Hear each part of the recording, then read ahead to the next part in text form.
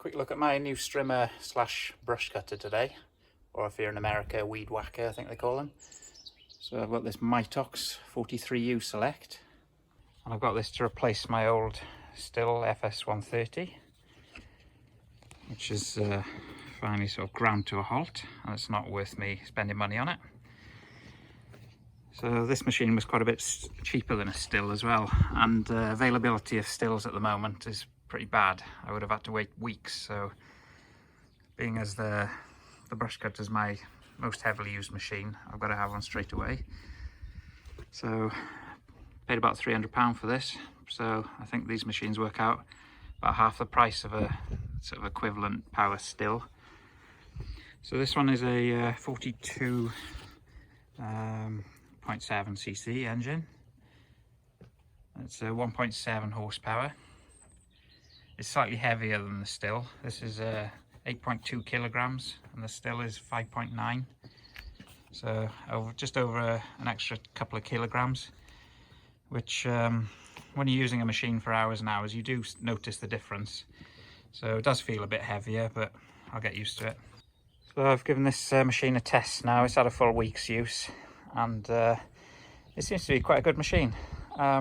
I can see why Stihls are more expensive though. There are a couple of features which are better. I mean, one being the fact that that is a lighter machine and it's actually slightly more powerful, because this one is, as I said, 1.7 horsepower. That's a 1.9 horsepower, and it's a lighter machine. That's 36cc, 42, nearly 43cc. They're not far off each other, but there's a couple of features on the Stihl that are better. The vibration level is slightly higher on this one. 4.8 is the rating on the vibration level, and this one is 4.4 on one side, 3.9 on the other. So this 3-star blade, that's the one it comes with. It's slightly thicker than the Stihl blades that I had, but I've tried these ones and they do fit on the Mitox. I've just held one on, I haven't actually used one, but it looks like they're going to fit, which is quite handy. So I've got a few of those lying about. The nylon strimmer head, I've just had a quick go with that without damaging the thread. I just gently tried to put it on, and that's slightly different, so I can't reuse old Stihl nylon heads, but it looks like blades will work on it. Similar design, but slightly different thread. At the moment, this has got a 2.4mm cord on it. I've got quite a bit of 2.7 cord, so I'm hoping that's going to fit on there as well, but I'll try that again. So this machine's mainly a look at the Mitox, but it's nice to do comparisons sometimes. And they both got the bike handles or cow horns, and they've both got rubberized handles, but these ones feel slightly harder rubberized than the Stihls. Don't know if it's because it's new, but that could be where you get slightly more vibration through your hands, but I always wear gloves to help reduce that as well. It's tempting to just keep strimming and strimming until you're out of petrol, but it's a good idea to stop now and again just to give your hands a break. So you've got the trigger on-off switch there, choke, and the primer bulb, which is at the back. Choke automatically switches off when you press the throttle. This one's a 40:1 mix, 2-stroke, whereas the Stihl was a 50:1 mix. Our petrol, or gasoline, in the UK has just changed from E5 to E10, so it has a 10% ethanol content. And whilst I think most of these machines can use the E10, I've decided to drive a bit further every time I get fuel now and get super unleaded from Tesco, just because I think it's going to be better for the machines in the long run.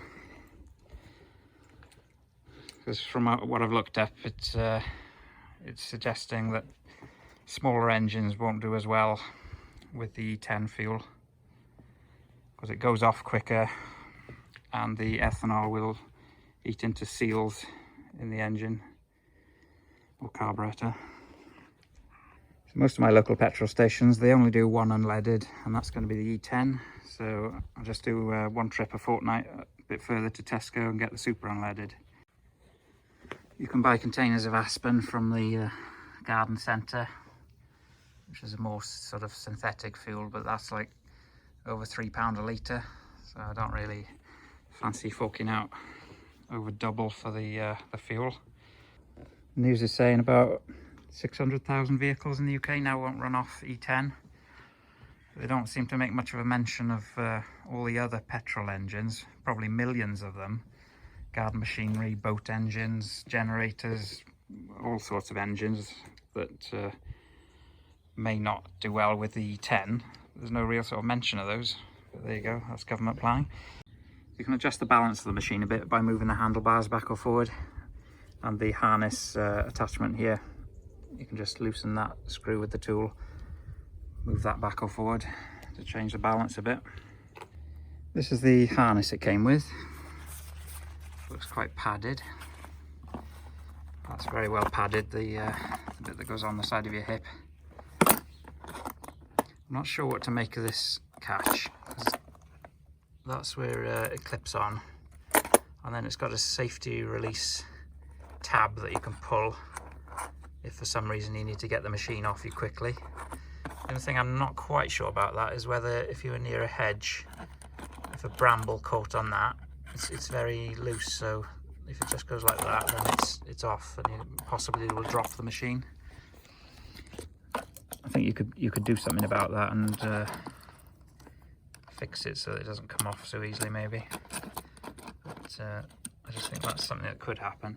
Anyway, this is as you can see, it's quite clean because I've still carried on using my Stihl harness, which I'm comfortable using, and that fits on the loop okay. So there's more weight on the back of that machine because it's a heavier engine. So you've got the harness loop in a different position. So I'm interested to see whether I get the same sort of wear on the shaft of that one as I've had on the Stihls, where the side of the shaft wears down.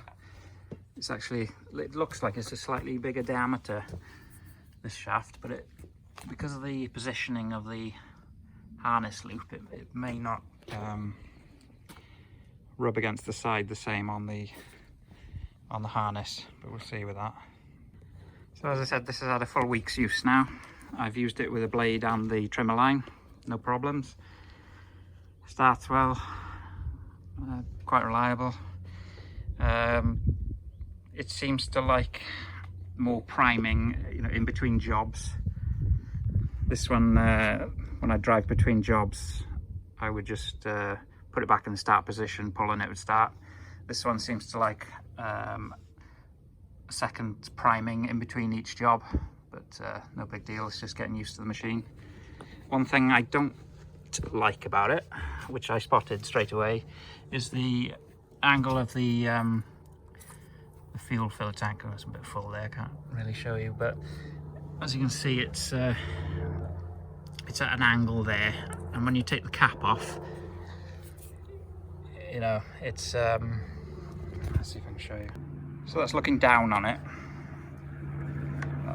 You can move that out of the way a bit, but it doesn't give you much of a fill position. I don't know why they've angled it. Should be angled straight up like on the Stihl filler. That's a bigger cap as well, which makes it easier.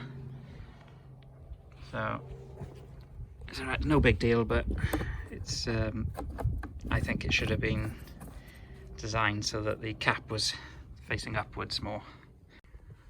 That's the tool bag it came with. The screwdriver, combination spanner. They're not Allen keys, they're the star key type. And the spanner's slightly different size to the Stihl one. That's my Stihl combination one, it's slightly different size. But yeah, overall happy with the machine so far. Just got to get used to the slight bit of extra weight. Don't need any tools to check the air filter. Just press that little catch there and it opens up. As you can see, got a bit of fluff in there already. Got a few nettles to deal with, so it hasn't been started today, so I'll give it a good prime. Choke on position. choke off.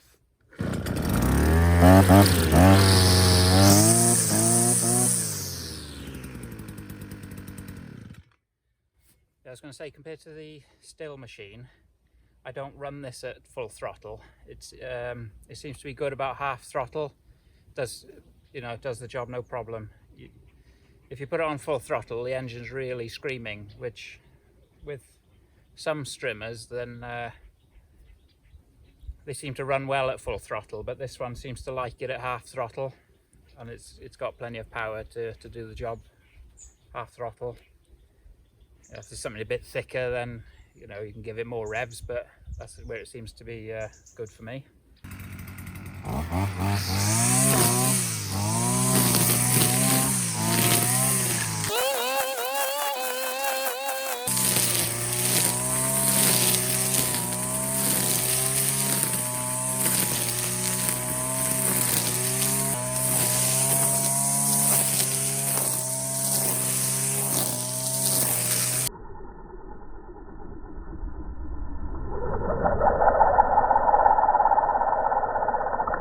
Let's stick this blade on the Mitox. One thing I like about this design, when you take the trimmer line spool off, the screwdriver holds the plate in there, whereas the Stihl one, you've always got to hold the plate, otherwise it just falls out, and that's just a little bit more convenient. I quite like that.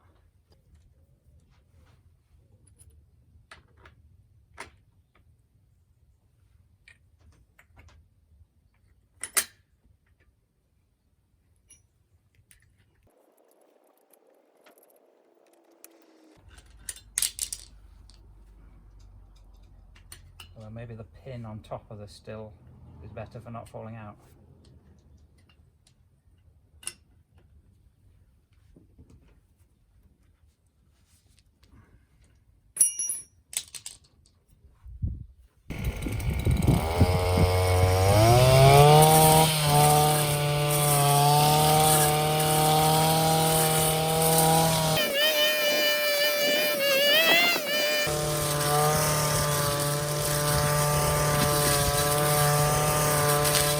There you go. That's a sort of brief review, and thanks for watching.